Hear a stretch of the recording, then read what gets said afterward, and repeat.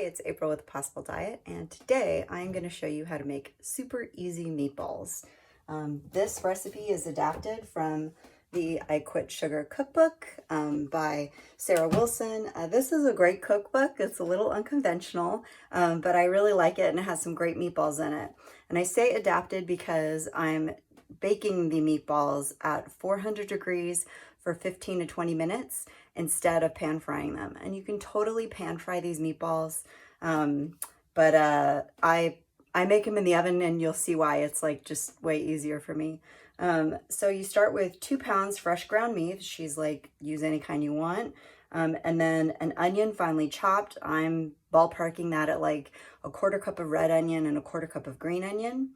Half a bunch of flat leaf parsley or basil. I'm using parsley, and this is maybe like a half a cup of parsley, maybe more, maybe like a cup loose. And then a teaspoon each of sea salt and freshly ground black pepper. For the meat, I'm going to be using ground pork and ground turkey thigh. I like this combination. I think the flavor is really good. The pork adds the fat that the ground turkey is missing, and the ground turkey is, just a little bit healthier, a little bit leaner. So I find that together they work really, really well. And then another thing that I do that she doesn't do in her recipe is I just add like 2 teaspoons of my favorite seasoning. So whatever I'm making the meatballs for, if I want to make tikka masala meatballs, I use tikka masala seasoning. You can use Italian seasoning.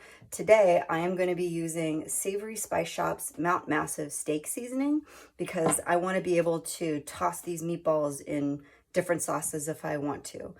You don't have to add any seasoning at all if you don't want to, but I find that it gives the meatballs just a little something extra. Not that I'm extra, but I'm trying. All right, so let's get our meat in here, and then we're gonna start mixing up our meatballs. Full disclosure, I use gloves when I'm mixing meatballs, partly because the meat is cold. You can let the meat come to room temperature if it bothers you, but I feel oogie about getting meat under my nails, so that's why I'm using gloves. I like to mix the meats together first. It really does help if you let the meat come to like almost room temperature. It's so much easier, and it doesn't hurt your hands as much. You can use a dough hook to do this too, but that just seems like a lot of work when this goes pretty quickly. So mix the meat together till it's kind of like homogeneous. You can see the fat everywhere, just like that. I'm gonna adjust my camera. There you go. Mix the meat together so that it's just kind of like that. It's all even. And then add your parsley, add your onions, and you can use all white onion, all red. I wouldn't use all green. I like the green because it adds a little bit of color. But mix that all in there. You can put everything on top and mix all at the same time, but I like to give it a couple go rounds so that you don't have pockets that don't have any flavor in them. And then for this, I just kind of eyeball it. About a teaspoon, generous teaspoon. Make sure that you add the salt.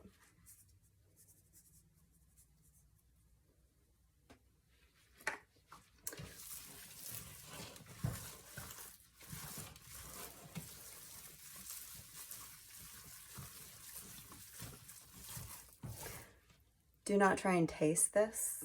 I think it goes without saying, but I feel like I have to say it. It's okay. You'll know when the meatballs are cooked if you did it right or not. And if they don't taste good, just put them in a sauce that does taste good. It's just meat. Get your protein in.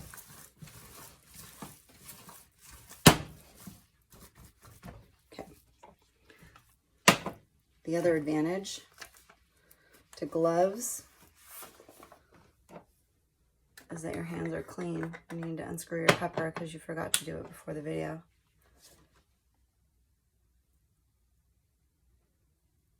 I'm gonna go a little light on the pepper because my Mount Massive steak seasoning has pepper in it. But you do want to make sure that you have some kind of bite. I like this recipe because it's simple. And there's plenty of recipes on the internet that have like keto meatballs with like pork rinds and eggs and milk and breadcrumbs, and you soak it and it's like a process. And if you want to have fancy meatballs, by all means, fancy it up. But these are just kind of like plain, easy, quick to make meatballs. And if I have a week where I know I'm going to need to be able to just like grab something and go, or my nephew's coming over, he doesn't eat a lot of things, even these, because they have flecks of green in them. He's a little weird about that. But if you make them taste good enough and you put them in a good enough sauce, or you let him eat them with ketchup, they're edible. All right, I'm gonna clean up my gloves and I will show you a trick for how to make the meatballs easy to shape. Now, by far, the best investment you will ever make if you make meatballs a lot is one of these. Some people get weird. They're like, ew, I don't want to do that. And it's the same scoop that I use for cookie dough. I just say wash it thoroughly. I've tried all different ways of making meatballs. This is the least messy. And for God's sakes, resist the temptation to lick your fingers right now. You don't want to make yourself sick. This is not a raw cookie dough situation.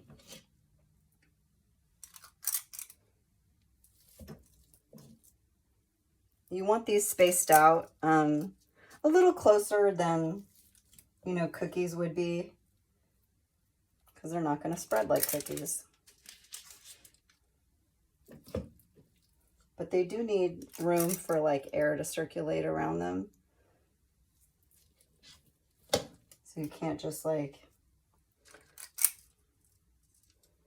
make a big old sheet of it.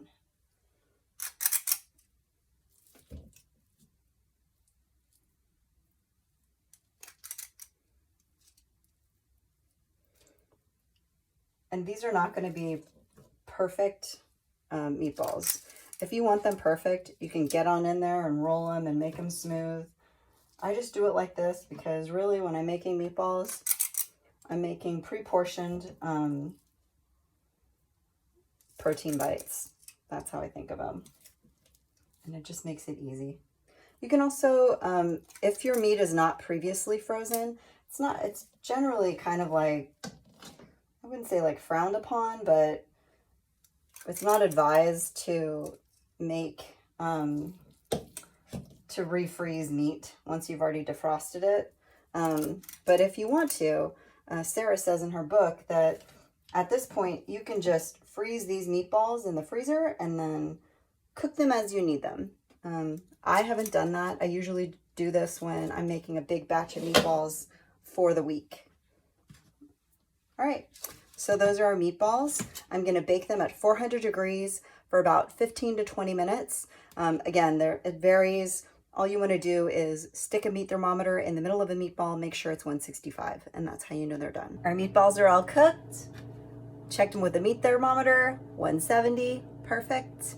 And you can give these a toss in a hot pan to like caramelize them a little bit. You can eat them right away. You can let them cool in the fridge and save them for the rest of the week. I'm gonna show you how to make sloppy joes with leftover meatball mix in my next video. So enjoy, have at it. Thanks.